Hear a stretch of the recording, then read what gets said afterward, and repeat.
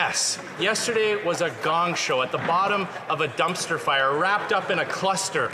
The Finance Minister resigns, the Prime Minister hides all day and then has to beg his MPs not to fire him. But the worst news, buried underneath it all, was a devastating gut punch to Canadian taxpayers. A $62 billion deficit smashing through the already insane $40 billion guardrail. Canada is a serious G7 NATO partner staring down the threat of 25% tariffs. We deserve a strong leader with a new mandate. Why not let Canadians decide by calling a carbon tax election? The Honourable Minister of Finance and Public Safety. Mr. Speaker, I want to start by thanking the Opposition House Leader for his heartfelt congratulations on my new role.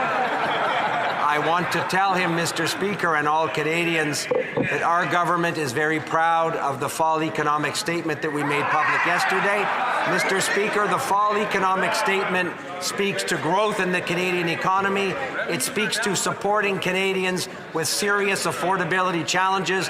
It speaks to a declining debt to GDP ratio, the best in the G7. And Mr. Speaker, we haven't finished supporting Canadians, something the Conservatives aren't interested in doing. Hear, hear. Member from Burnaby South to start his question again. People are right to be angry. They've got a Prime Minister who's more interested in protecting his own job than defending Canadians against Trump. We've got a Prime Minister who's failed to defend workers from rich CEOs that the Conservatives love, who continue to rip off Canadians and drive up the cost of food and homes. The Prime Minister has failed. For New Democrats, it's always workers first and not CEOs. And not CEOs who the Conservatives want to defend. So will the Prime Minister acknowledge he has failed? He has to quit. Mr. Speaker, this House voted in confidence of this government just last week on multiple occasions. Mr. Speaker, we have important work to do on behalf of Canadians. We have a very important relationship to manage with the United States at a pivotal time, Mr. Speaker, and that is exactly what this government is focused on doing. Thank you, Mr. Speaker.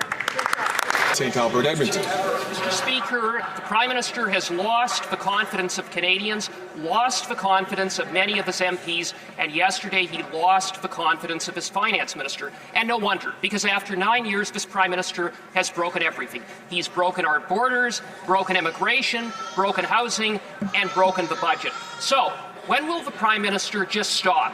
Stop breaking things, acknowledge that he doesn't have a mandate to continue to govern, and call a carbon tax election. The Honourable Parliamentary Secretary to the Minister of Finance. The fall economic statement that we tabled yesterday, Mr. Speaker, is about growth, and it's about investing in our business community and in our economy, Mr. Speaker. The accelerated capital cost allowance will ensure that Canadian businesses stay on this side of the border, stay in Canada, that our creation of jobs will continue to increase. 330,000 jobs were created in the last year alone, and these are good-paying jobs, Mr. Speaker. Even accounting for inflation, salaries have risen by 5%, the highest in the G7, Mr. Speaker. We're ensuring that Canadians bring home stronger paychecks and better jobs. The Honourable Member for